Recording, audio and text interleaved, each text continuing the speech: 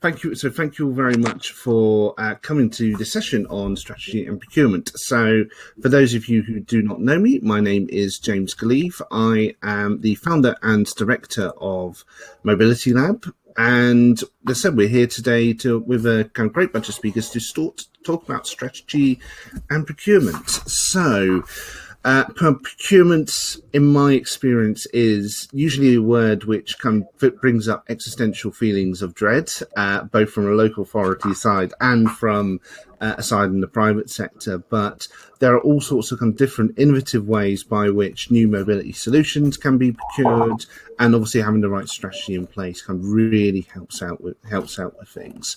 So I'm going to kind of introduce the panel and the presentations who will be doing their presentations soon. So one thing which I will ask of you all is feel free to post your questions in the chat at any point, and we will pick them up both after the presentation, after each of the individual presentations, but also after come the end as well, when we do have a further bit of time for discussion. But I'm going to call on the panel to come introduce themselves. So I'm going to start with Mike. Hello, everybody. I hope you can hear me clearly this morning.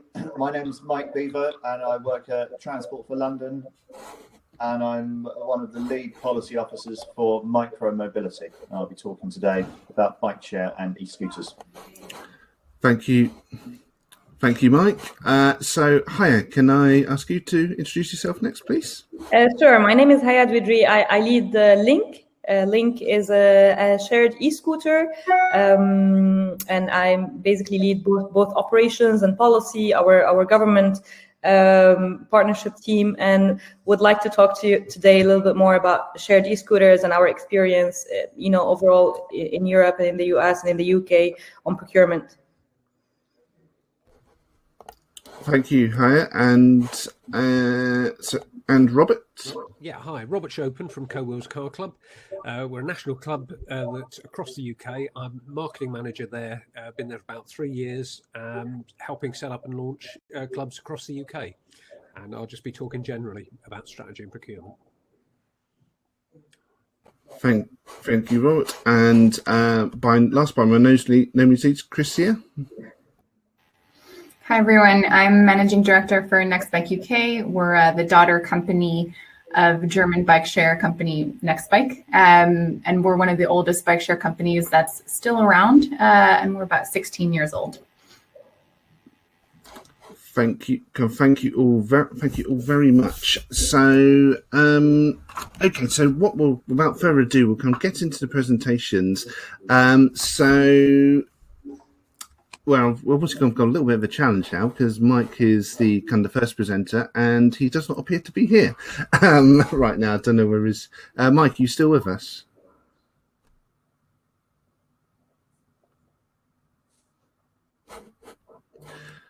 Okay, so obviously Mike's having some sort of technical issue. That's usually my responsibility. So if it's okay, Haya, can you come in the first instance? Are you able to put your presentation up? And you got about feel free. All right. Sure. Let me just. I didn't know I need to put it out, so just give me 1 second.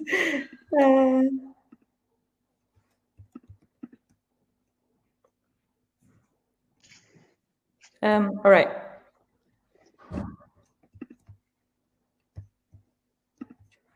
In Europe, and with scooters, I think just taking a little bit of a step back, scooters arrived to Europe and the US a couple of years ago, and their arrival has been very kind of debatable. It was very, it was one of those either kind of love it or hate it situation. A lot of people hated them and had a lot of criticism around the safety, around the sustainability of them, around the ways that operators have been operating them. It's been called like dropping them across the streets all over. You see like a lot of them tipped over, and they created a lot of hate, I would say. But at the same time, a lot of people just loved them. They thought this is a great sustainable way to move around. This has real potential to get people out of cars. They gotten very popular very quickly. The speed of adaptation and how many people kind of started using them was very impressive, actually, and I would say unprecedented. So this kind of unprecedented opportunity for a new mode of transport came with unprecedented challenges related to the safety of the scooter itself, the sustainability, and the pedestrian. We at Link, for a bit of background, we're a micromobility company that started. I don't know if I can flip the slides. Let's see. Yeah, next. So we're a micromobility company that started 7 years ago. We spun out of MIT. The product that you see on the left side is our Copenhagen wheel, which is a really cool wheel that turns any bike into an electric bike. And the product that you see on the right side is Link, which is what I want to talk about today. And this is our shared e-scooter. So while this scooter might look a little bit similar to others, although actually if you zoom in, you can see that it's different. And if you put it in front of any other scooter, you would understand, the differences.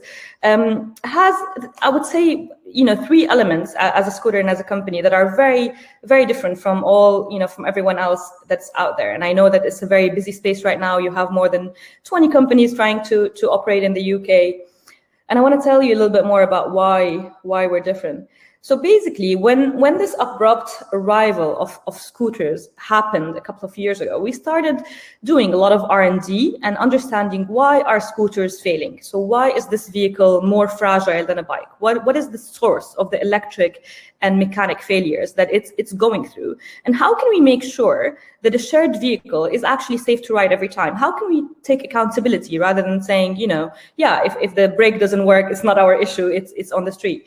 Maintenance schedule is not enough. You really have to have control of the vehicle. So we did testing over 67 different types of tests on every vehicle that's out there that took millions of euros and 2 years, and came up with a vehicle that was far more superior than anything else out there. It has something what we call a vehicle intelligence system, which is basically, think about it like a mini mechanic sitting in the vehicle, testing it every second, continuously actually, running 140 tests on 140 components, and making sure, is the vehicle actually safe to ride? And if it's not safe to ride for any reason, whether it's the battery being heated or there's a problem with the motor, or there's a potential problem that would happen with the brakes, it immediately comes to a safe stop and takes it off of the riding track. And basically it automatically issues a ticket to our maintenance so we can go and pick it up. This innovation we call autonomous maintenance, which is something completely new, not just in micromobility, but overall it's something that hasn't been done so far. So this is one important component. The other component is around geofencing, and geofencing, a lot of you might be familiar with it. Geofencing is a way to explain that we can control where the scooter is on the streets, and it's one of the biggest issues that scooter companies have had, is that a geofence isn't accurate because there's a delay when you're connecting to the cloud. There's that 5 to 30 seconds delay, which results in you not being able to enforce geofence the correct way. And geofences have different types. So you have a slow riding zone, you have a no riding zone, you have a no parking area, or you have designated parking areas. For all those 4, an inaccurate geofence, because of the time lag it takes to connect to the cloud, is actually not a geofence at all. Because imagine you're trying to park here, but your cellular network, is taking its time to connect, and then you're basically not able to end your ride where you should be able to, because this is your designated parking spot. So we thought about a way to kind of work with that GPS and cloud limitation. And we came up with a really cool way, which is basically storing all the maps of the city on the device itself. And it allows us to enforce a geofence zone within less than a second, which means extreme accuracy and success in enforcement every time, even if you don't have a cellular service. So this is the second component, which is about how the scooter behaves in the public right-of-way. This is like just an example. Basically, a lot of the operators have tried to do a geofence for riding, where you would only allow scooters to be on the bike lanes, but not on the sidewalk, and you would make the whole of the sidewalk that you see in the photo as a no ride zone. And just, the technology had its limitation. We're able to do that, perfectly well. And this is, I think, a test that just shows kind of how we enforce it and how accurate it is. So, the other thing is about sustainability, which is really, really important. A lot of the early criticism was about, are those vehicles purchased from China, from, Segway or Okai or whatever, then you have, of course, all the companies branding them, but it's still, they're just picking it from a catalog and, and purchasing it. A lot of companies claim to design their own scooters, but picking a scooter from a catalog, in my point of view, does not equal designing a scooter. We engineer our own scooter, we validate it, and it lasts for at least 2,500 ride lifetime, which is 5 times longer than the current industry standards. That's, I think quite important from a sustainability point of view, because, for the environmentalists on the call, the manufacturing of scooters and batteries is the biggest environmental impact. And so the range of battery is another component that's very important. Our range is 55 miles, which is the longest one in the industry. A lot of people think that swappables are, good for the environment, but actually they're not, because if you want to have a swappable, you need to have 2 swappables for every battery.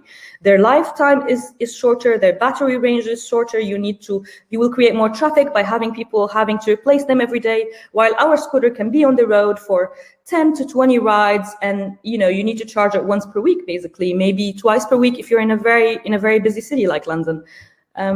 So this is another advantage. So last but not least, which is the main thing I wanted to talk about, is a bit about our experience with strategy and procurement across the world. Like, first of all, I'd really like to congratulate the UK on bringing those trials to happen earlier, and to support in having individual modes of transport that could help people move around. Since the procurement process went on very quickly, of course, there are always things that can be improved, because there was a lot of, pressure. When I think of UK recruitments, I think of sleepless night trying to explain why our vehicle is the best. And then, in some of the procurement processes we went through, we got rated the same as a Chinese vehicle imported from China that has 1/3 of the battery, the battery that we have, or a lifetime that is literally 1/5 of our lifetime, no safety features, etc. And I think one of the things I would improve in the procurement, which is great to see that it has been improved for London, is really having demos. Out of all the procurement processes, we only had one that had an actual demo of the scooter. We try to come up with a cool slogan. We say linking is believing. Like, once you try our scooter, you love it. You don't want any other scooter. But if you don't try it, if you are unable to see it, how would you know? Like, of course, everyone can make their product look cool on paper. So I think this is the first thing I would say, is like really demos, test the product, test the brakes. We're really proud that we have the best brakes in the industry. We're really proud of our vehicle safety system. Just test those and see how it performs in an actual environment. I would really love for that to be part of the procurement going forward. I think the other thing is, like, about the RFP process in the UK is really around compliance. Like, mind the compliance gap. Mind operators who promise you the world. Ask them, what have they done in the past? I mean, a lot of operators, brag about being big and, operating in 100 cities, but what have you done in those 100 cities? Have you just dumped scooters around the road in those 100 cities? What criticism have you had? Have you ever been kicked out of a city? I mean, I really loved about the New York recent tender is that they ask questions like, have you had to withdraw service from a city voluntarily, or were you forced to leave? What accidents have you had? What severe accidents have you had? Are you profitable? Have you made money in any of your 100 cities? We pride ourselves that all those improvements that we've had in the scooter, in the vehicle, it seems kind of, the vehicle is a big part of what we do, of course. And we pride ourselves that in everywhere we operate, we're actually not, we're making money. We're not losing money, because we don't need to charge the scooter as often. We don't need to replace spare parts as often.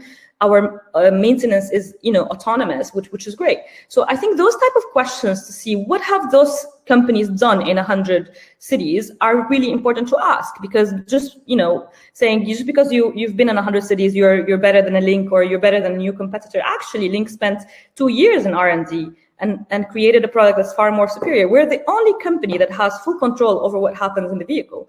And that is something to be considered, I think. The other thing is really about the variation of operators. One of the things I've seen in the UK that a lot of the, one or two names were repeated and repeated. So it seems like a lot of the important tenders were won by a couple of the same operators. And I think that because the aim of the trial is to collect data and insights on how to best introduce scooters more widely in the UK, it might make sense to have a wider range of companies that behave, differently and see what is different. I know, a scooter is a scooter, but actually not. There is different technologies on how you control how they are in the road. There is different attitude of operators. We pride ourselves that we've never launched a market without permission, that we always are, making sure that we have enough resources to a market when we expand. We don't go for fast growth, we go for slow growth and make sure we have enough attention to respond to issues that could arise in a market, and we give that attention. So I think it's really, it's very impressive what has been happening in the UK. I hope that the London tender will be a truly competitive process, and we will end up seeing a much wider range of providers in the next few months. I think that it's very impressive what has been done so far. So these are just my thoughts on some of the points of improvements. And yeah, happy to answer any questions. Thank you very much for that, Haya. So I've just been keeping monitor on the chat, and to be honest, the only question which really came through during the chat during your presentation is actually from Catriona Huston. It says apparently there's a big scary yellow thing in the sky in Ayrshire. Any clues? So obviously I'm assuming that's a little bit of a joke about the weather. But obviously. If it's okay, so Miles, Miles has posted the question. Thank you, Miles. How do you ensure interoperability with a range of providers? Sorry, can you say again? Miles asked the question, how do you ensure interoperability with a range of providers? So I think interoperability with providers and how providers work together, it's really important, to have a collaborative approach, I think, and really work together on some of the issues regarding organizing of public space. The way I see it working in London is looking at issues that arise. Like, for example, if we're talking about parking and we want to, we know that the London one is going to be designated parking spots. You're not going to be able to park anywhere. So creating that infrastructure doesn't have to be by, racks, but at least having some type of signage is something that operators would need to work together if they win, the London tender. So I think having that type of working and collaborative relationship between operators is going to be very key to kind of solve issues. Example of that would be rebalancing. Rebalancing is a word that we use to say any scooters that not parked correctly would need to be addressed. I think rebalancing is another example of something that does not have to be done individually by a company, but can be done together, with all the different companies. So I think it's important to kind of select operators that are collaborative and have collaborative approach and are open to kind of working with others, because London is a complex city. There are a lot of boroughs. There will be a lot of work to be done, and if we're all kind of doing the same work in each of the boroughs, maybe it makes more sense to kind of share some of those teams and resources, like the rebalancing one, like the parking one, and just kind of invest together and work together. I think it would create a lot of efficiencies. So for me, it's really about collaboration. And once the operators are selected for a city like London, it's not really about competing, but it's about working together, I think. Thank you for that, Haya. And Brendan Hill asked the question, so do you only deploy your scooter in your own franchises, or is it purchasable by independent operators? If the latter, is it possible to integrate your backend with a pre-existing one? So we basically operate our own shared e-scooter schemes. So it's not that we are franchising or doing it with any other operator. So we own the scooter, we manufacture it. We're actually fully vertically integrated. So we're really from designing to manufacturing to deploying. So yeah, I don't know if that answers the question. In terms of integration, we truly believe in kind of multiple modes of transport. So we're really keen to integrate with mass, with the public transit. We think that the real potential in scooters is not about those I would call them like every once in a while rides. But it's about creating those repeat customers and having it, replace other modes of transport, like cars, for example, and reduce that congestion. And for that to happen, you need to connect more and better with other modes of transport.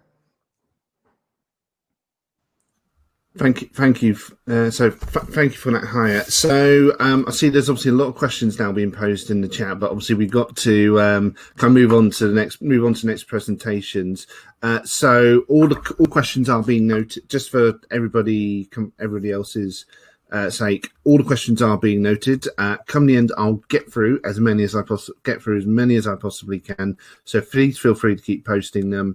But come just to say thank you very much, Haya, and Mike. Thank you so much. So Mike, I believe that you're with us again. So are you with us? Yeah, I think that's true, James. Can you hear me? I'm sorry, I've had some. I've been booted out of this repeatedly this morning. I think I've just found my way back in a bit more reliably. No, I can hear you perfectly. So okay. So come in that case, what we're going to do is take you next, and so whilst we have you here, and I'll start. We can start your presentation. If that's okay. That's absolutely fine. I wasn't going to use any slides, and to be honest with you, with the IT issues I've had this morning, I'm going to just leave my camera off for just a moment, just in the hope that the signal's reliable enough that I can at least say the things that I was going to say. So do interrupt me if the sound cuts out, but and thanks for having me to do this morning. So I'm Mike Beaver from TfL, and I'm one of the lead policy officers in transport innovation, and I'm responsible for micromobility. And I just came in towards the end of the last presentation, and I heard London being mentioned. So there was some news on Tuesday. I'm sure people on the call have seen that the selection process for operators to run an e-scooter trial has now begun. I won't be commenting on that selection exercise specifically, but very happy to talk about getting procurement right. And I was going to just step back a little bit, actually, in doing so. And I mean, getting it right, I guess, doesn't just mean running a solid and a fair process in competition terms and in terms of regulations. It really means matching what you procure to the city that you're procuring it for, and making that a reality.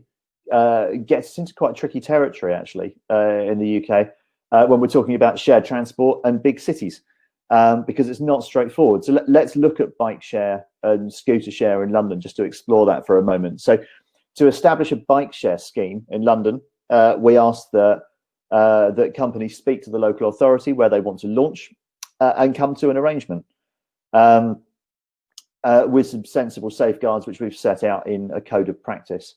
But to launch an e-scooter shared scheme, it's necessary to sign a contract with operators and secure explicit permission from the Department for Transport in central government prior to launch. So very, very different positions. Now, obviously, the DfT authorization is presently required due to the legal status of e-scooters, which has been rehearsed sort of quite broadly.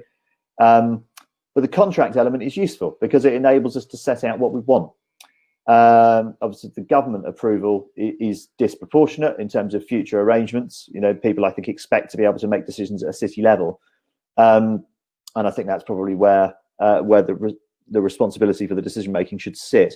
But if in time e-scooters are legalised by the DfT fully, and they end up occupying the same legal category as bikes and e-bikes, which has certainly been talked about, and no other regulatory changes are made, then we're going to be back in the bike share position for shared e-scooters as well. And that would be a missed opportunity, frankly, to put some structure, not just behind the e-scooter rental market, but behind the dockless rental business model. And excuse me, to create dynamic and competitive markets in cities, we need to get procurement right, and we need that sort of framework structure. So with no regulatory framework in place, let's look at bike share again. London boroughs, understandably, make their own decisions about the schemes they want, which is that's the way it is. They're responsible for their own road networks, and those decisions are made locally. But that inevitably leads to an inconsistent and a fragmented approach. There's no reliable control over how many companies can operate, how big their fleets are, the best approach to parking, managing the impact on the public realm that can occur with irresponsible parking, and no satisfactory position on data sharing. It would be better to plan strategically at a city level, consider what else is going on in neighbouring boroughs in terms of policy intention and operators, and to be joined up. That's what we've been able to do to an extent with the e-scooter competition that was launched. Given the fairly unusual legal position, we were able to have that control. But our ability to do it in the future is not guaranteed. So to get procurement right in the longer term, new powers are going to be needed, I think, at a city-wide level to be able to plan and implement services strategically. It's already commonplace, that kind of thing, with more traditional forms of transport. But as the market evolves, regulation is going to need to keep pace. So arrangements like, arrangements through city powers are already in place widely in cities in other countries for the micromobility market, and the benefits are being realised. We need in the UK to learn from the process of e-scooter trials and the extent to which it's possible to control that in a way that it's harder to control bike share, and learn from it and look at what's going on in cities in other countries and learn from that. So the city view, I guess, on the current disconnect, as I see it, between this area of the evolving transport market and transport legislation that's often decades old, is a tricky one. Until very recently, transport legislation has broadly been fit for purpose, but things are starting to change. And I think we'll continue to see that. And there's an opportunity that the DFT has available now to try and put some new structure around that to help this market flourish and be able to be planned and implemented more effectively. And that just that's the summary of the things I was going to offer this morning. I'm very happy to take any questions. Thank you very much, Mike. If it's okay, I'll just pose one quick question from Karen Houston, who posted it in the chat. So obviously there's a big challenge in unifying 32 different London boroughs to a common approach, and even that's kind of more tricky on the easy stuff. So you're just interested in what's been done about unifying transport policy, Campbell, on in this area across so many different boroughs, and is it the same challenge for e-scooters? Well, yeah, it's about the business model essentially. The idea of leaving vehicles in the street that people can rent with their phones is comparatively new compared to most other transport choices in cities, and people take a different view of it. Certainly politically, I think it drives different discussions in different parts of London, and it's more welcome in some places than it is in others. We've seen that with bike share. There are certainly some London boroughs that have decided so far not to get involved with bike share at all, and there are some that have welcomed multiple operators. I expect in the fullness of time we'll see a similar situation with scooters, frankly. We have 32 individual councils and we have the City of London. So we have 33 autonomous local authorities in London, in addition to London councils, the organisation that helps them to speak with a single voice and to represent them, and Transport for London. So it is a fragmented situation, and the reality is that people can and will and do and have and will continue to make decisions based on what seems right to them for the areas that they represent. Thank you very much, Mike. If it's okay, I'll leave a lot of the other questions to the end. As you can probably see on the chat, they're coming through thick and fast, and obviously I want to make sure that all our speakers get a chance to speak. So thank you very much for that, Mike. It's much appreciated. So I'm going to ask Robert. Yes, this is your chance to shine. So yeah, I'll just start your presentation. Brilliant. Hi, Robert Shope, Marketing Manager for Co-Wheels. Just to tell you a bit about Co-Wheels first, we were set up more than 10 years ago in Durham, a social enterprise, mainly with our own fleet, but we also have franchisees and licensees as well. We are a national club. If you're in London, you might not have heard of us because we don't have a big representation there. But in the rest of the country, you might be the only example of car share that you've come across. We've got more than 600 cars from Orkney right up in the far north down to the Isle of Wight. Major cities like Aberdeen, Glasgow, Newcastle, Birmingham, Oxford, Bristol, and myriad smaller towns and even villages as well. Our main model is back to base, but we've also extended that with geofencing technology into back to zone more recently. Now, the three areas of sort of strategy and procurement that I'll look at are the three areas we focus on, which is grey fleet replacement for both sort of public sector, local authorities, health authorities and the like, and private companies. Public fleets on the street, available for pay-as-you-go hire, and then sort of specialist areas like housing, universities, Section 106 as it is in the UK for planning regulations, or Section 75 as it is in Scotland, where those who apply for planning are obliged to provide a car share operation as part of any new development. In terms of knowledge around strategy and procurement, what I can tell you in 5 minutes is probably the best thing is to go to Como UK. Check out the website, speak to their people. They've got lots of brilliant guides, which if we were at a physical conference, you'd be picking up now. And just a quick plug, there's a new procurement guide just about to be released, which all of us in the mobility sector have contributed to. So it has our sort of combined shared knowledge there. So that's in 5 minutes, that's the best I can tell you, is to read what there is available. We have our own case studies and Section 106 guides on our website, but Como UK is a brilliant starting point to get the best knowledge. But just in terms of what I can give you, which is a perspective really from an operator's point of view, and what we like to see, and also what is less positive from us when we go through a procurement process. First thing is really about being flexible, talking to the industry first, as you say, start with Como UK, but also don't be afraid to talk to any of the individual operators to find out what we think as you're drafting your strategy and as you're actually looking to draw things up. And also not just being flexible, but also being open to potential new ideas. As I say, we currently offer a back to base model with sort of fixed bays, but that is also changing. As new tech comes along, we can offer things like geofence back to zone areas, which are much more flexible and don't need the same infrastructure. Now, the second point I say there is present us with the problem, not the solution. I suppose the worst case scenario for us is when we are presented with something.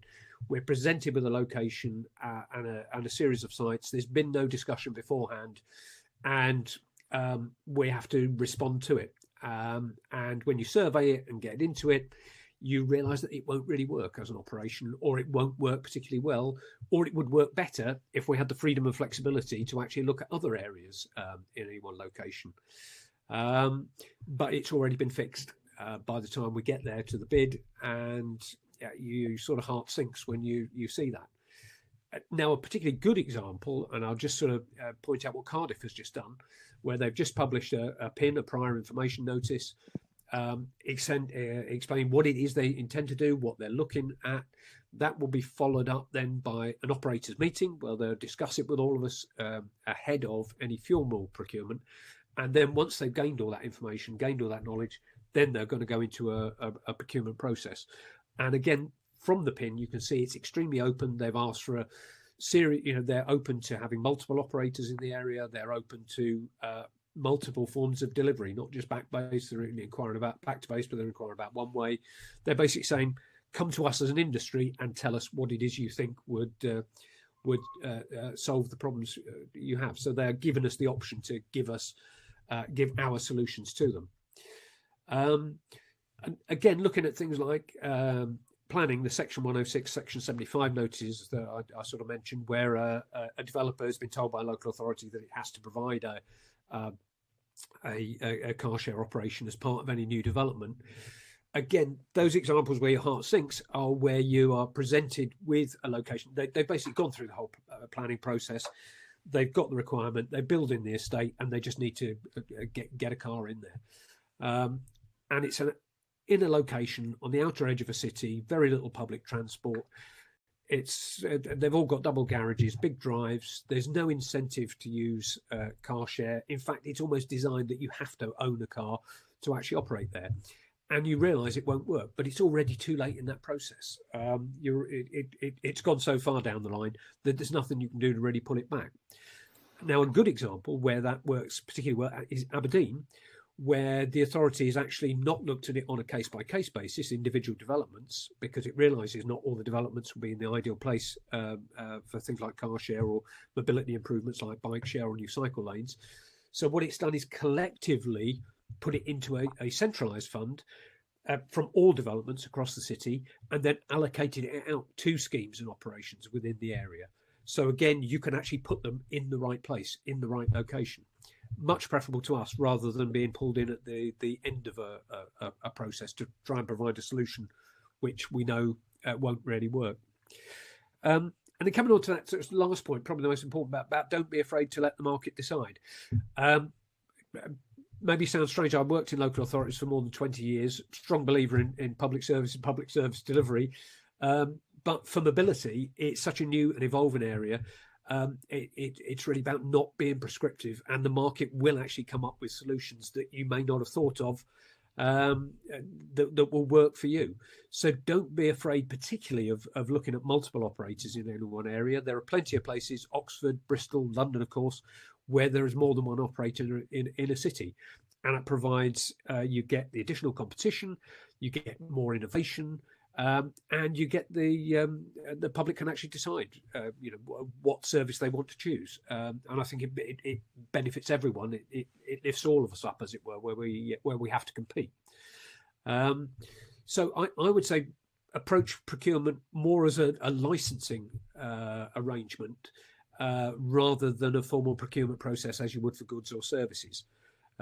It is not the same as procuring something just at the cheapest price. You want something that is going to work in an area, and that's what we want too, because we want a system that's going to work, and certainly be open to new models of operation. Like I say, things like using geofenced areas instead of fixed bays allows us to get up extremely quickly, no particular lead times. You don't have the same legal process for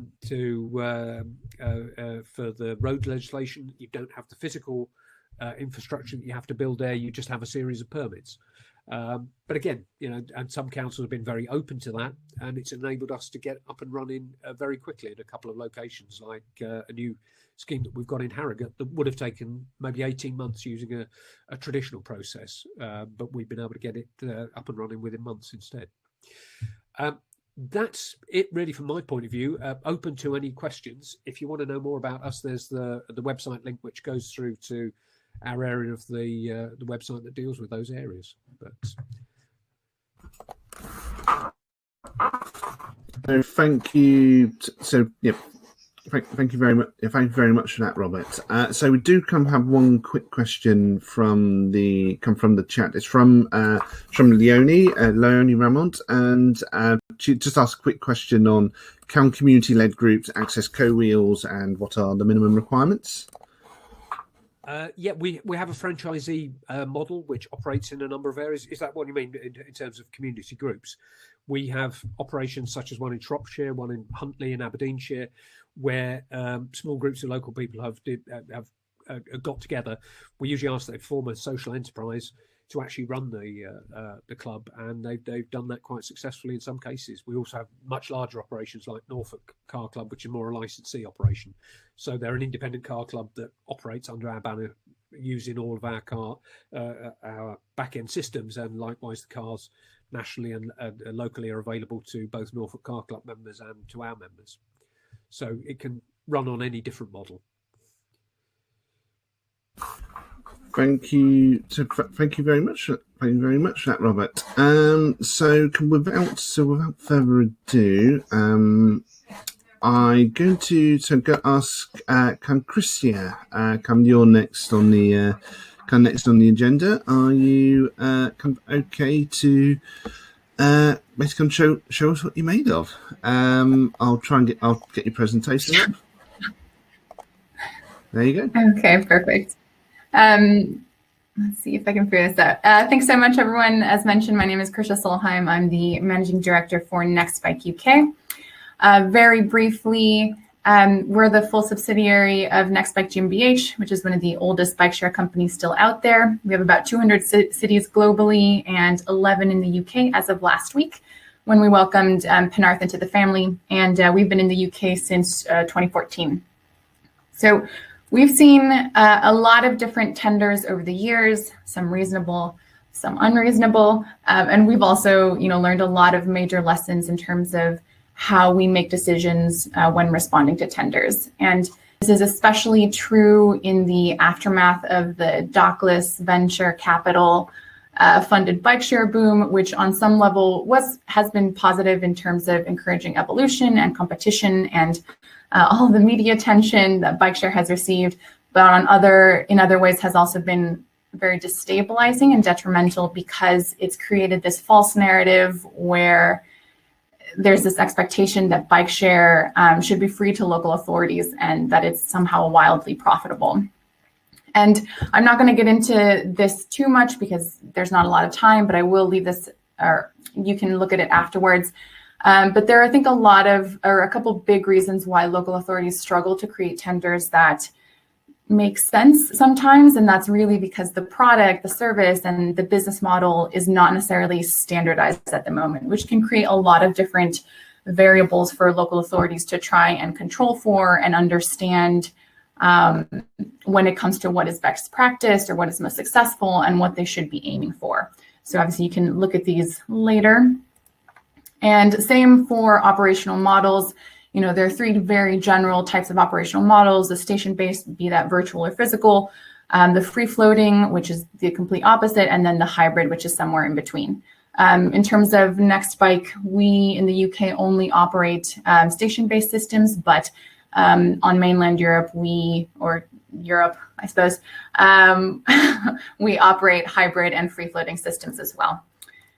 So a couple tips on how local authorities can go about trying to develop a tender that is attractive to operators, but also meets their goals. Obviously, this is more geared towards concession and service contracts. And some of these have been touched on by previous presenters. So the first recommendation is soft market testing, as mentioned by Robert. Now, a lot of local authorities already do this, but oftentimes operators are asked to present behind closed doors, and then the local authority also doesn't share that many details on their chosen model. So there's not necessarily a space to actually have a discussion about what might be better, what might really not work on their chosen model before the tender comes out and before they put the final touches on it. And so I'd really like to see more actual discussions where everyone is in the room in a structured way and where operators as a group can raise concerns about the selected model and where they can also debate/discuss as a group. And I think that would be very useful for local authorities to see as well. In terms of clear goals and minimum requirements, those are really, really helpful because the goals will help an operator build a system that can meet those goals.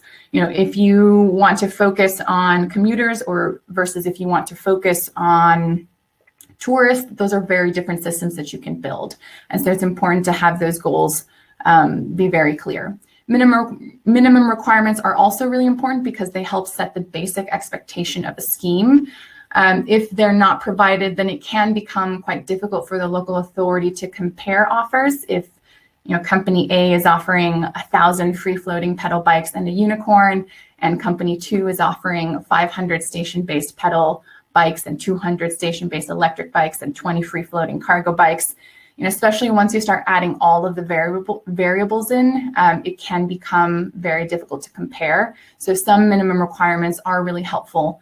And then letting the operator offer their specialties on top of that. I would also say that it's really important to figure out what you want in terms of operational coherence. So do you want one cohesive system with one operator, or do you want 5 companies with different memberships, with different apps that all have their own rules and service areas? Competition does make sense, I think, on a national level, but sometimes on a local level for bike share, it just doesn't lead to a very cohesive system. If you don't have funding, then we would always recommend trying to find it locally through a sponsor. Obviously, there are companies that can and will do everything for free, but just because the company can offer everything for free doesn't necessarily mean that their model is better than companies who have to be financially sustainable. Bike share, when designed and implemented properly, is public transportation, and it should be funded. And it can be very unhelpful if a local authority says, well, we've potentially secured some funding, but we're not able to confirm how much or to officially confirm that we have it, because the operator basically needs to create a budget on the worst case scenario, which in that case is probably zero. And therefore you may get a very limited number of responses.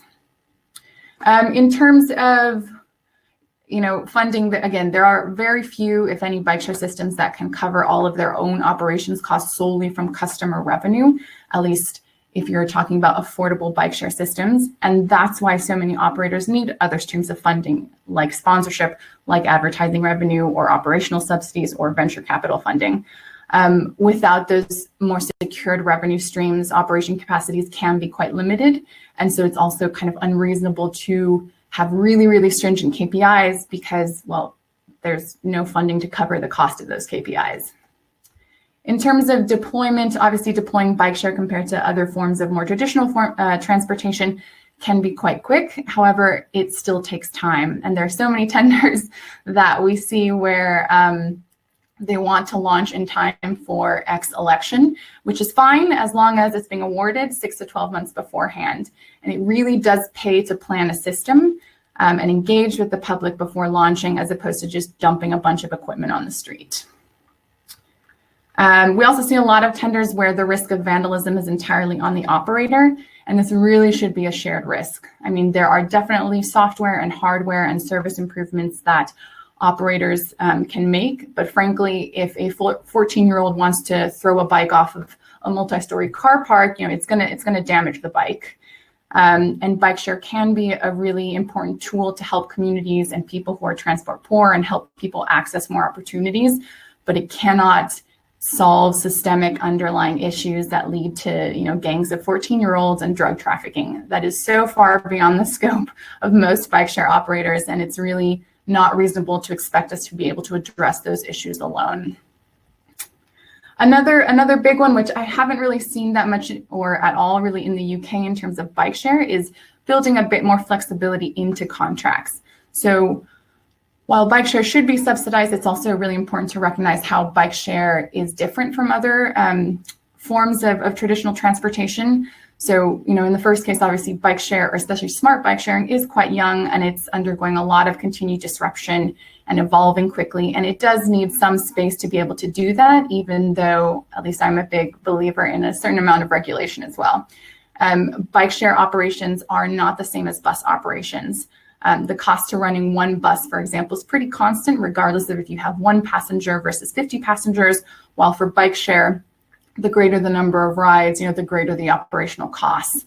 There's also a really big difference in terms of the risk profile of one bike share ride versus one bus ride, because you have to take factors into consideration, like there's no supervision and you're basically handing an asset over to this virtual person.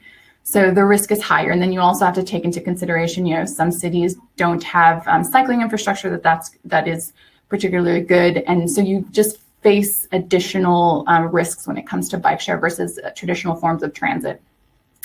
So it would be really great to be able to see a little bit more agility within contracts. Some local authorities that we work with work only within what is in the contract and will not allow anything else. Other ones that we work with basically never look at the contract again, because they really want to work with us and understand that it's a new and evolving technology and sector, and that it's important to try and work together to solve these issues. But again, it's very difficult to know which one it's going to be before you have that contract. So again, it means that you kind of have to be prepared to submit an offer based on the worst case scenario of having to follow exactly what is in the contract. And I think this is also really especially true in terms of the commercial structure. So if the basic goal obviously is to increase ridership, then there should be a financial incentive for the operator to do that. And if it's a concession contract, then obviously we generally take on all the risk and therefore we can maximize that. However, under a service contract, the local authority is often paying for a monthly operations fee. And that fee, it's so important that that also be variable, because again, if there are more rides, the operator should receive a larger operations subsidy. Otherwise, it's basically in the operator's financial interest to have the fewest rides possible, because it protects them against financial loss. And again, that's silly. Everybody should be banging the same drum and moving in the same direction. And ultimately, I mean, it's just the communication and partnership is really, really important. There are so many variables in bike share, and it is, again, evolving so quickly that it's really important to have those communication lines set up and expect to have the regular communication and working together. I mean, if you think about basic things like the planning process and permits and such, that those can really vary across different local authorities. So it's really helpful to have that defined beforehand and have that actually defined in the tender, because it helps the operator try and figure out lead times. And making sure, obviously, that there is a process for emergencies, and that is really, really key, because there's a potential that something will go wrong at some point, and you want to have those communication lines open.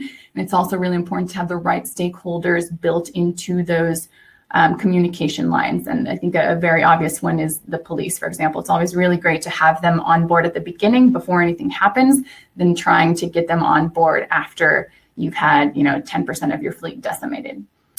Some local authorities take a very heavy-handed approach to managing KPIs and managing their operators, and some take a very light approach where they basically don't pay any attention.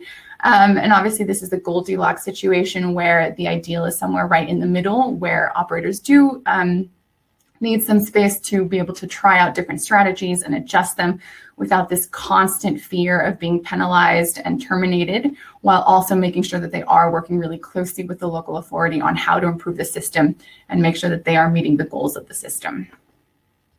That's all.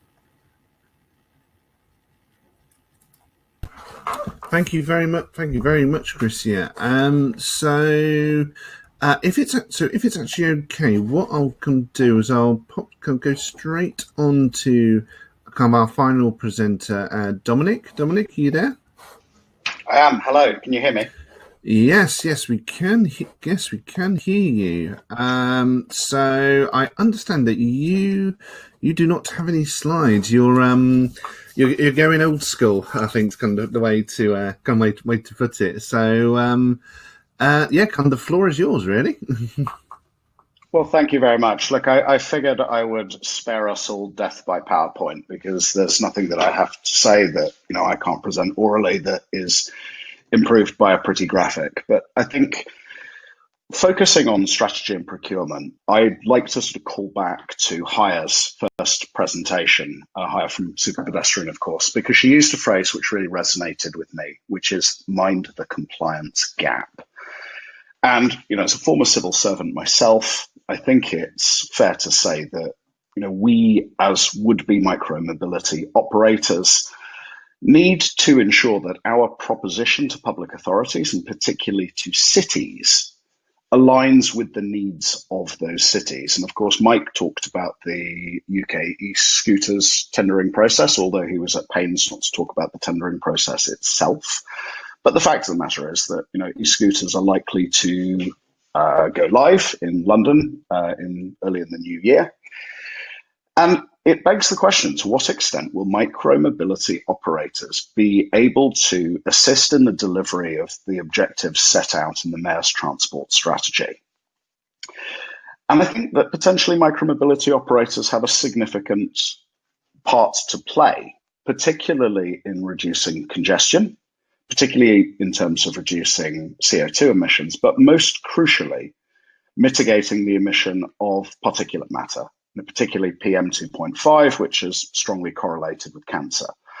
So, candidly, I live in London. London has some of the most toxic air in Europe, and there are tens of thousands of excess deaths every year as a result of this. So, this stuff matters. The strategy and procurement for micromobility is absolutely crucial in delivering on environmental outcomes. And I think it is incumbent upon public authorities to drill into the detail, because I think it is fair to say that the micromobility industry has, over the years, and obviously it's a young industry, but there has been a tendency to produce unevidenced environmental claims. And I think that there needs to be a degree of putting would-be micromobility operators to proof, to evidence the assertions that they make, particularly around environmental benefit. And to my mind, those environmental benefits are best delivered by realizing modal shift. So moving journeys out of ICE, so internal combustion engine vehicles, and into greener point of use micromobility solutions, be it e-scooters, be it e-bikes. And there has been in the comments a question around the regulatory status of e-scooters as opposed to electrically assisted pedal bikes. And I think it's from a regulatory standpoint, which obviously bears on strategy and procurement, I think it is right that those two transport modes be treated in the same way so as to enable cities to realize the benefits from both of them and move ever more journeys, firstly out of ICE vehicles, but also, and this is the elephant in the room, and none of the would-be operators like to talk about this very much, but there is an element of truth that there will be some cannibalization of journeys onto micromobility systems and away from mass transit, so public transport systems. And I think it is in this area that perhaps TfL is doing some of the most astute thinking. I mean, obviously, TfL and the New York City TLC are probably the two most sophisticated city-level transport regulators in the world, but there is very real anxiety about the extent to which micromobility systems will cannibalize journeys off public transport. And my response to those concerns would be around that in order for transport regulators to get a grip on this, there needs to be root and branch an obligation on would-be micromobility operators to share data with public authorities, particularly transport regulators. Now, American companies are traditionally led by, in no small way, by legal counsel, which tends to take quite a gun-shy approach to data sharing. Bolt is very proud to take the opposite approach.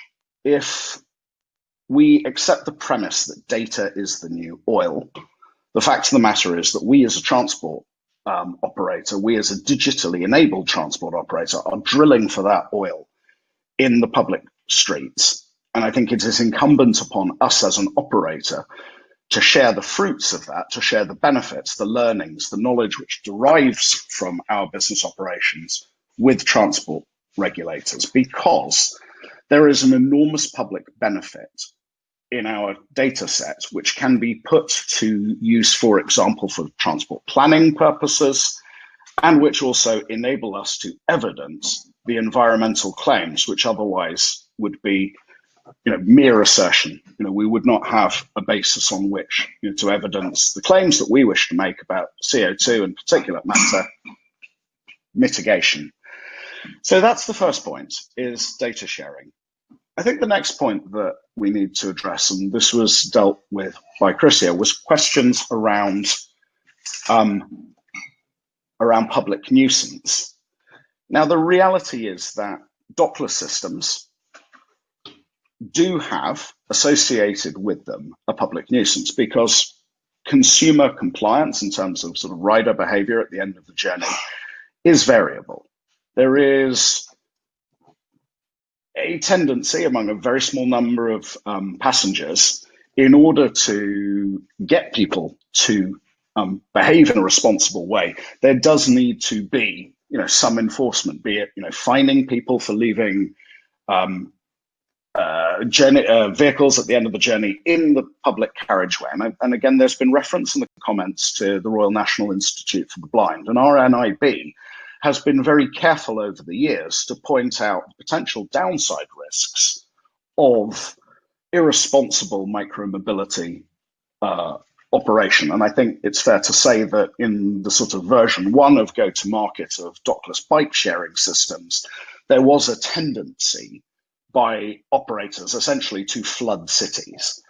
Now, the reality is this was led by commercial imperatives. This was an attempt to capture a dominant market position by having first mover advantage.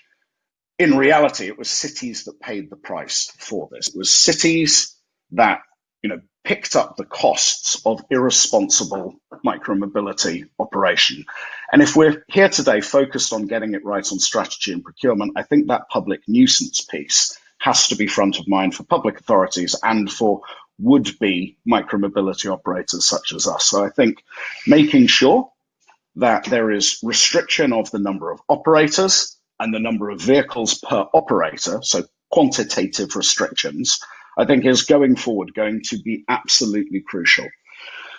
So then to sum up, getting it right in strategy and procurement has, as I see it, three absolutely crucial elements. The first is ensuring that the environmental benefits are real.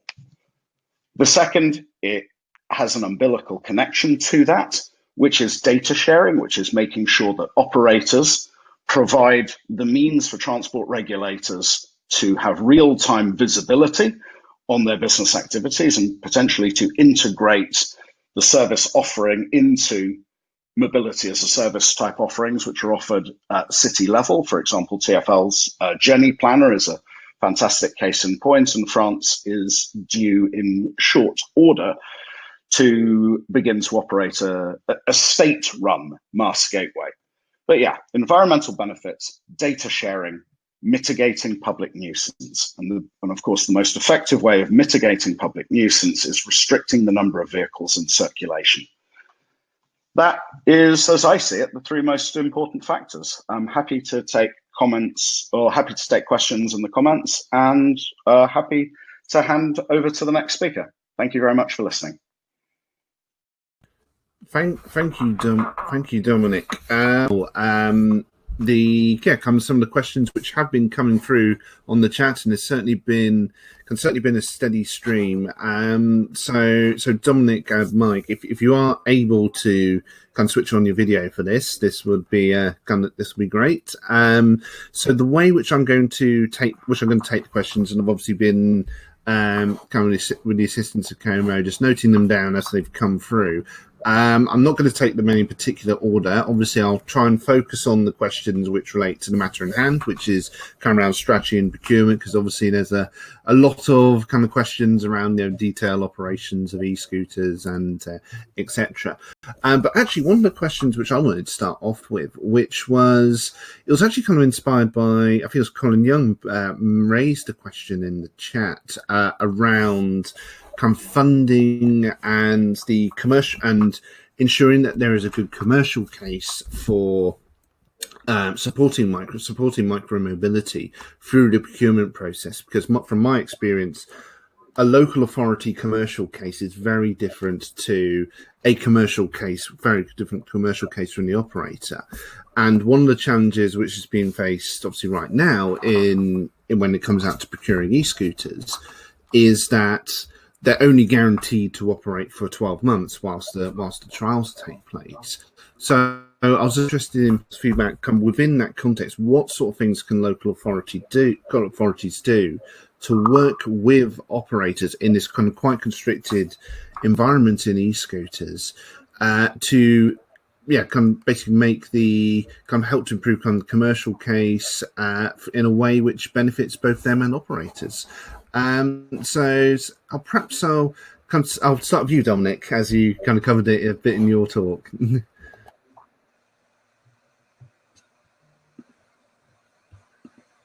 We can't hear you. Sorry. Welcome to lockdown, right? You're on mute is the new phrase. Forgive me. Would you mind rephrasing the question for me, because I'm just struggling to get a grip on what you're actually asking me. Sorry. So, so the best way to think about it is, certainly for e-scooters, there's certainly a limited 12-month trial period, after which there's no guarantees of operations. So what can local authorities do when they're looking to procure these different solutions to ensure there's the commercial cases advantageous as possible, both to the operators and to the local authorities? Thank you. Sorry, that's very clear. Look, I'd call back to Haya's presentation about making sure that the operation of these micromobility systems, be they e-scooters, be they bikes, is a profitable and a commercially viable proposition for the operator, and as well as for the local transport ecosystem. Because if you're dealing with blitz scaling companies that are operating at a significant loss that are essentially treating the local transport ecosystem as a loss leader with the intention of capturing a dominant market position in that system, then you are setting that tendering process up to fail. So I think that first point around, is there a commercial case? Can an operator be profitable? And given that we were profitable in Q2 this year, I would argue we absolutely can be. I think that question that Haya posed is crucial for public authorities.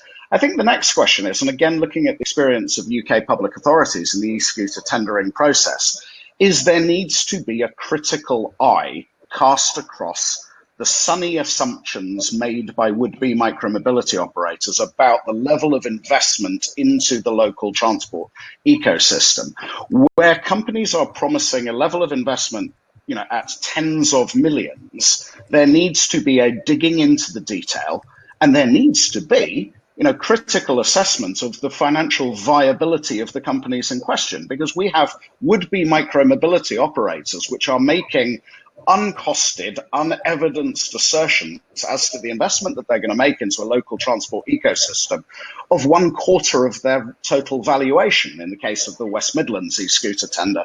The reality is that local public authorities are being sold a pup by unviable micromobility operators, and this will be to the long-term detriment of the local transport ecosystem if a license is given to a micromobility operator which then goes bust.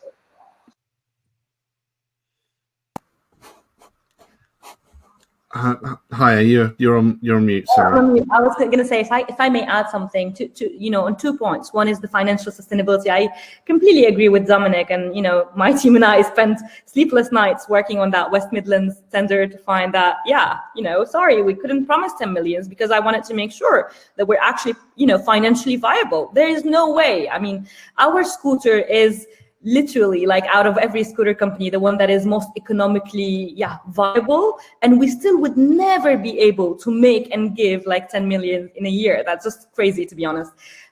So anyways, I think the financial viability of operators is very important, and with venture-backed money, it's not about who gets the most funding. It's about who is able to actually run a financially viable service. You could be in 10 cities rather than 100, but you could be actually financially viable and are able to kind of provide a sustainable service. So the other point I wanted to make is on the sustainability, because as I get very passionate about this. I mean, I'm really like an environmentalist at heart, and I agree with Dominic. I have been actually surprised by the unsustained, not data-driven claims that micromobility operators have been making every time, because we're spun out of MIT, so we're a little bit geeky, and every time one of those reports come out, we take it, we digest it, we look at the facts, and it just makes no sense at all. So I think that we need, as an industry, to do a few things. I think first, sustainability begins from the design of the of the vehicle, and we need to look at manufacturing and what emissions are associated with manufacturing, and we need to talk about that. So a lot of operators claim to be carbon neutral when they don't look at manufacturing as an element. They only look at operating. That is not acceptable. Carbon neutrality comes from the moment that you start to manufacture vehicles to the moment that you deploy them on the street. So we need to look at the life cycle as a much more broader. The second, I think we need to subject those claims to peer reviews. If we're going to claim something, let's not pay a company, an independent company, to put a stamp on it. Let's instead subject it to peer reviews and say, yeah,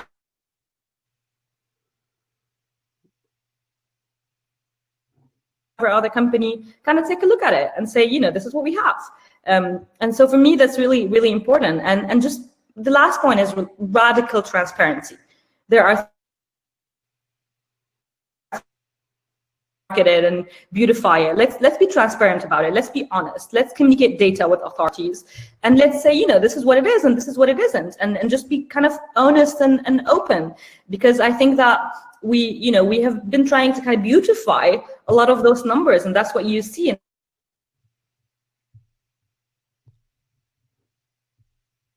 We highly advocate for radical transparency across everyone who's hoping to be in London, so that we're all kind of measured on a level playing field when we're competing for this tender.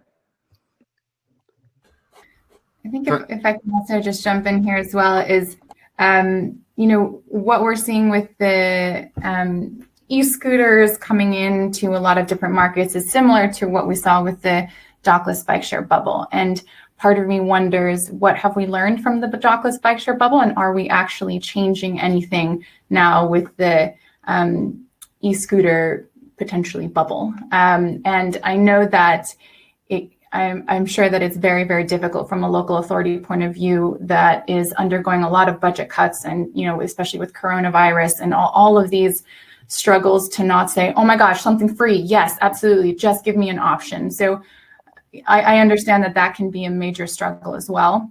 But in those types of scenarios as well, I think it's also really important for the local authority to say, okay, if we are bringing in, one or two or multiple operators, is what else are we changing within our policies that enable a growth of the pie, so that operators are not, instead of having one operator competing for X number, 10 customers, now we have 3 operators competing for the same number of customers, as opposed to making it more difficult to drive, which again, I understand is tough within the pandemic situation. But what other policies and what are other changes are we making on our roads to enable there to be a growth of potential customers that make having multiple operators in one location actually more viable financially? And then again, thinking of micromobility, whether it be bike share or e-scooter share, within the greater context of public and sustainable transportation. So just because e-scooters, their first month they've got, I don't know, 20,000 rides, you would think, just looking at that number, oh wow, that's really great, that's really successful. If all of those rides came from people walking, or if all of those rides came from people biking, then is that still considered a success? So trying to take a step back also and looking at a specific mode in the context of all other sustainable transport and the sustainable transportation hierarchy, and what we want to be encouraging at the top. I'd like to bring in Mike. Obviously, come from the public authority side of things, and obviously, London has had a lot of experience with dockless bike share operators and various other types of operators, which I'm just interested in how that experience has started to shape your thinking towards micromobility and how you procure it. Well, just to build on what's just been said by others, in relation to scooters, which is the original source of the question, and the fact that they're on a limited time horizon, given the sort of the structure that has been put around the time limited nature of the trials. It goes without saying that I work for a city transport authority. I don't have access to the balance sheets of various potential scooter providers. I can't say anything knowledgeable about their individual financial standing or potential profitability in London. What I can say is that what is likely to give oxygen to the argument that these vehicles should be legalized and deployed more fully, which is something that doesn't sit in the control of any city, it sits in the gift of the government nationally, is that successful trials, to my mind, are ones that prioritize and have a good story to tell and legitimate, credible evidence to demonstrate at the end of, in relation to safety, in relation to positive mode shift and positive environmental impact, because those are the hallmarks of success in this type of service in a city. If something's not safe, is abstracted from walking and cycling, making no impact on car journeys, and having no beneficial environmental contribution, then there may be policy questions asked by those in central government who are considering the legal future of the vehicles in the UK. So I sort of look at it from a slightly different vantage point, because I don't have access to the commercials, and I can't see the different calculations behind everybody's projections and unit economics, but I know what a positive impact in a city would look like. And I think that's what needs to be borne in mind, because we can talk about financial circumstances in the next 12 months, but the question was about what happens beyond that. And I think that what happens beyond that will need to be driven by positive evidence. Thank you, Mike. So I'm obviously going to pick up one of the questions which Mark Strong said. Hi, Mark. It's almost kind of in some ways it's kind of the opposite to kind of procurement process. So obviously again, them looking potentially to forward to a future whereby such services, obviously potentially become legal, and where there's like positions where there's also like no formal contract between operators and councils. What sort of impacts do you then see that this then has on basically consistency of operations for users, and also how are users going to be confident that these sorts of services are actually going to be there in the future, and essentially just don't pull out of a city at a week's notice? And also, I suppose kind of supplementary question to that is how can operators and local authorities work together to ensure that happens?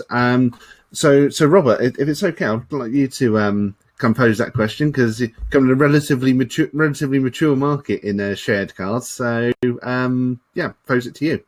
Yeah, well, the first thing I learned was never to talk about things outside your own experience. And I had a whole load of assumptions about bike share. And the first time I had a conversation with Chrissy, she spelled out that it was completely different than car share. And we are at a very much different place in the market than micromobility in terms of maturity, as you said. And everything that's been said about, length of contracts, the levels of competition, all the rest, it's an entirely different case with car share, really. And we've sort of reached a stage whereby we are much more open to competition, and instead of competing for a much smaller market, what we're actually looking to do is actually grow that market now, and I think it's ready to be grown. And one way of doing that is actually looking at more operators in an area. It doesn't carve up the same pie into smaller slices so that it's untenable. It actually does help grow the pie, I think, as we all offer something slightly different. And in a different way. So it does actually, which is what we're all trying to do, grow that market beyond the 1% that currently use it. And our main competition is really not other operators, it's the private car and the owned car.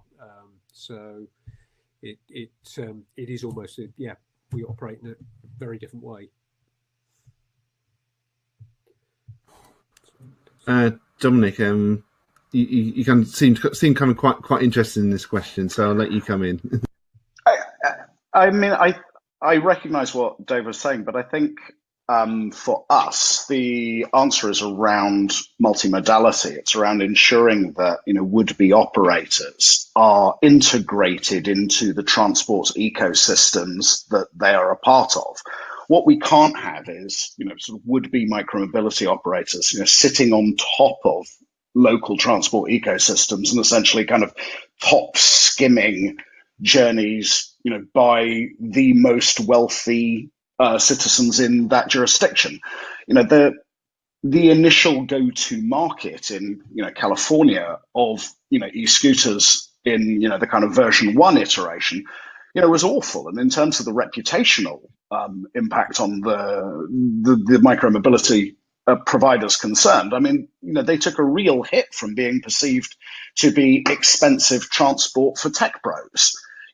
The reality is that micromobility needs to be integrated into the local transport ecosystem. It needs to be available in journey planning, so that people taking a journey using multiple transport modes from A to B are able to use micromobility in the same way that they would use a mass transit mode.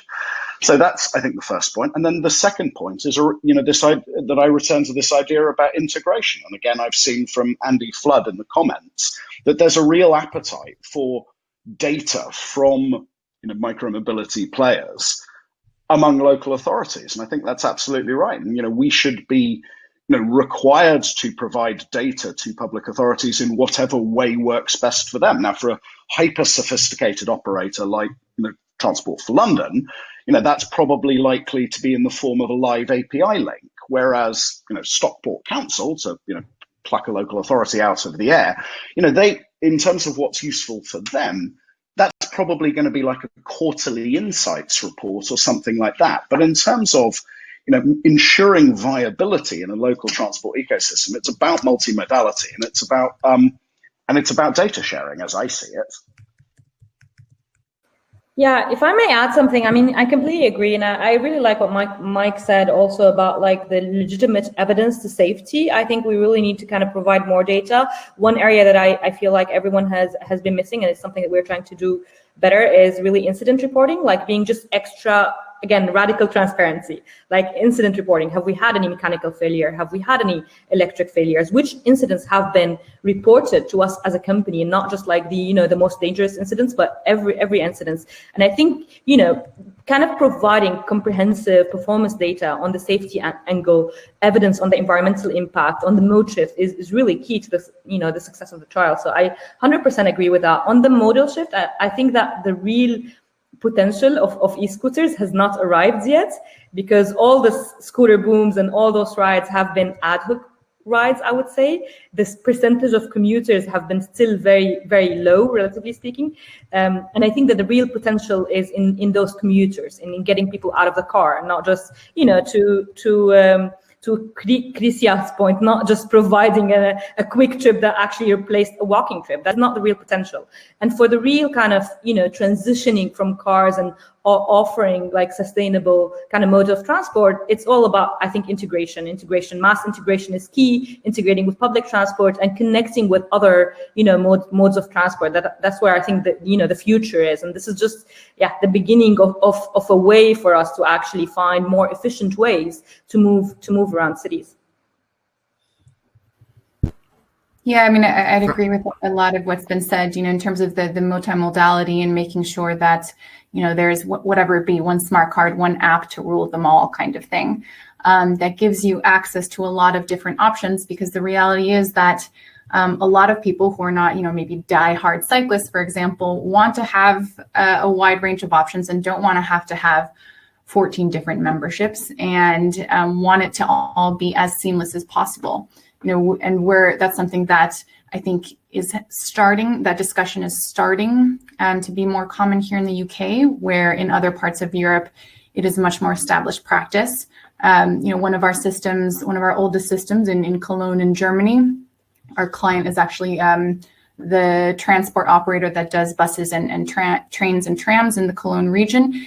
And basically, if you have an annual pass with them, then you automatically have an annual membership with us. You never have to register with us, and most of our rentals actually come from those members, and that's okay with us, because we're working very closely with them. We can make it work financially because we're all working together as a package, as opposed to being, trying to fight over customers. So I think the multimodality bit is really important for the customer, but also, again, making it financially feasible for the local operators as well. Fantastic, everybody. So we've only got about 5 minutes or so left, and I'll be quite frank, we've barely scratched the surface in terms of the number of questions, but obviously that just shows kind of how really keen people are. But one last question, which actually poses by Dylan. I'd like you all just to provide a quick fire, 1 or 2 sentence answer to.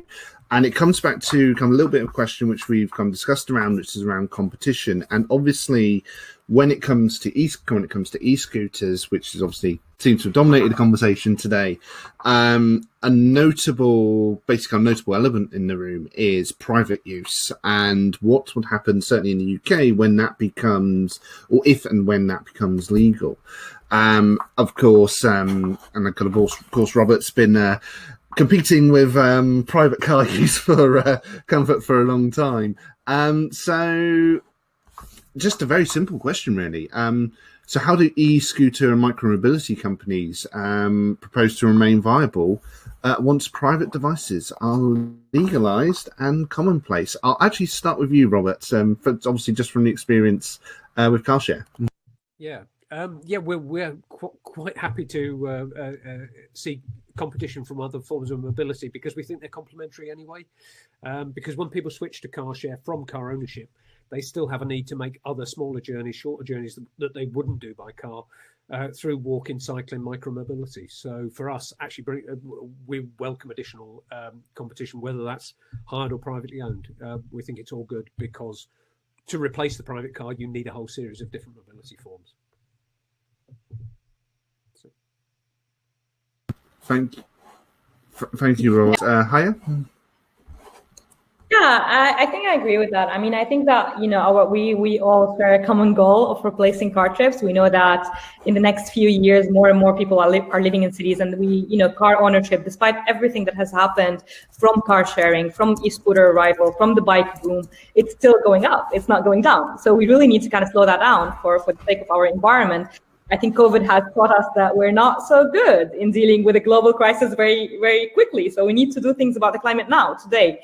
And so from my perspective, I think we all share that common goal. Having some private scooters on the road is going to be a positive thing, because it means more people are using that. Like when you go and you decide to own a vehicle, usually it means you're using that as your main form of transport. So if people, go to own a scooter because they think actually it makes more sense financially because I use it too often, that's great. Then we're, achieving real mode shift.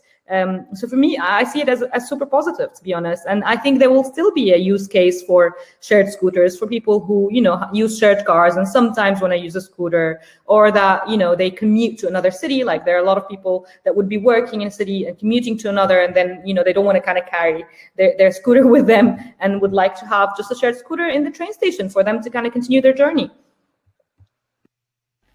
Yeah, and I'd say, in bike share, obviously slightly different, but we talk about bike share being, in a lot of cases, the gateway drug to owning a bike.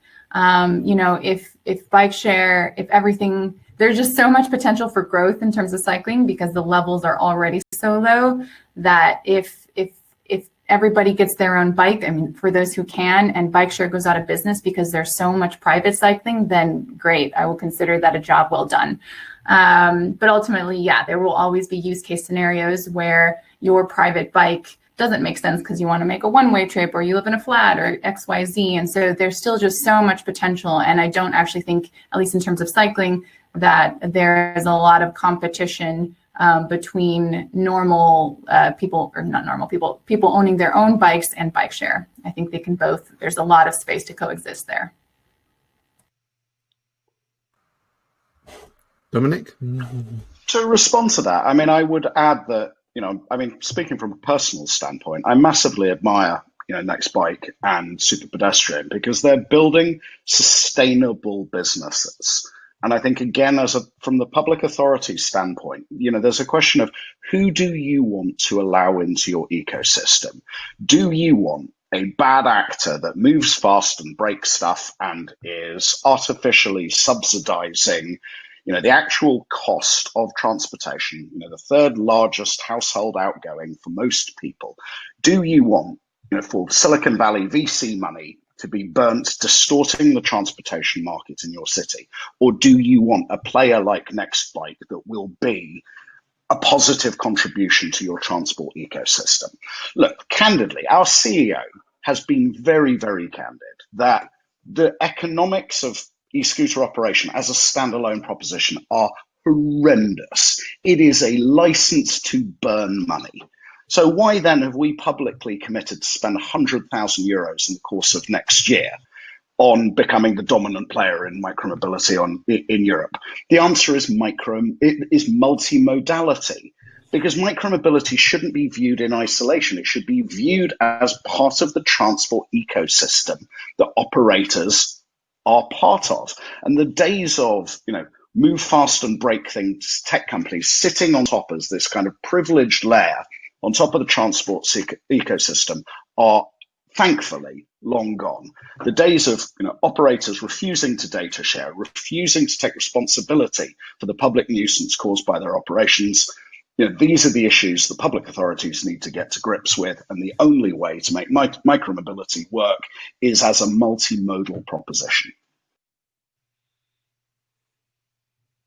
And last but by no means least, Mike. So in terms of private versus rented, it is certainly imaginable that there will be a shift if there is a full legalization of e-scooters, because as consumer items, it's more viable for many people to afford an e-scooter than it might be for an e-bike, for example. which generally cost more in retail terms. So there's absolutely the potential for some shift in existing customers onto different scooters or different scooters that are owned themselves rather than rented. But I think one of the other things that we've seen is with the growth of the sorts of companies that we're seeing and that we've been talking about, actually, because there is a footprint in many different territories, there's further access to the tourist market. So I know when I go abroad, if I've got an Uber account on my phone, if I go on holiday to America, I could use it there. I don't behave any differently. I use it in exactly the same way. I can do that across Europe.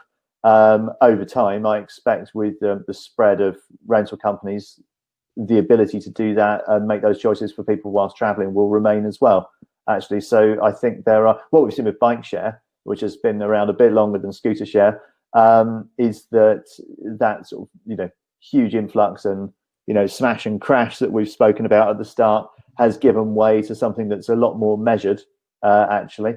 And that there is space for that. We can see that there's space for that. And I think that the same will prove to be true with other forms of micromobility as well. So thank you all. I'm sure this conversation can go on all day, but obviously, we have run out of time. So obviously, first of all, thank you very much to all of you. Your insights have been absolutely amazing. I really learned a lot from this session. So I just wanted to touch on a couple of things. So firstly, it's obviously the next session this afternoon, which starts at 3:30, talking about micromobility, and my good friend Matthew Clark is chairing that one. It promises to be a really excellent, really in-depth conversation. So I strongly urge you to come back later on for that. So another thing which we do have is we do have a follow-on chat, which is on Zoom. Which you can. What I've done is I've managed to stick the link to that chat in the chat as a pin at the top. So if you all want to carry on the conversation, feel free to do so. That is being chaired by the good people at Como UK. So if you want to carry on this conversation, it doesn't necessarily have to be about e-scooters. Believe it or not, it can actually be about strategy and procurement. So, so thank you all again. It's only really leaves me to say thank you all very much. It's been an absolute pleasure speaking to you. It's been a pleasure. Hope you've all learned a lot. And on behalf of myself and speakers, I'd like to give all a little wave and thank you all very much. Great to see you all. Thank you all.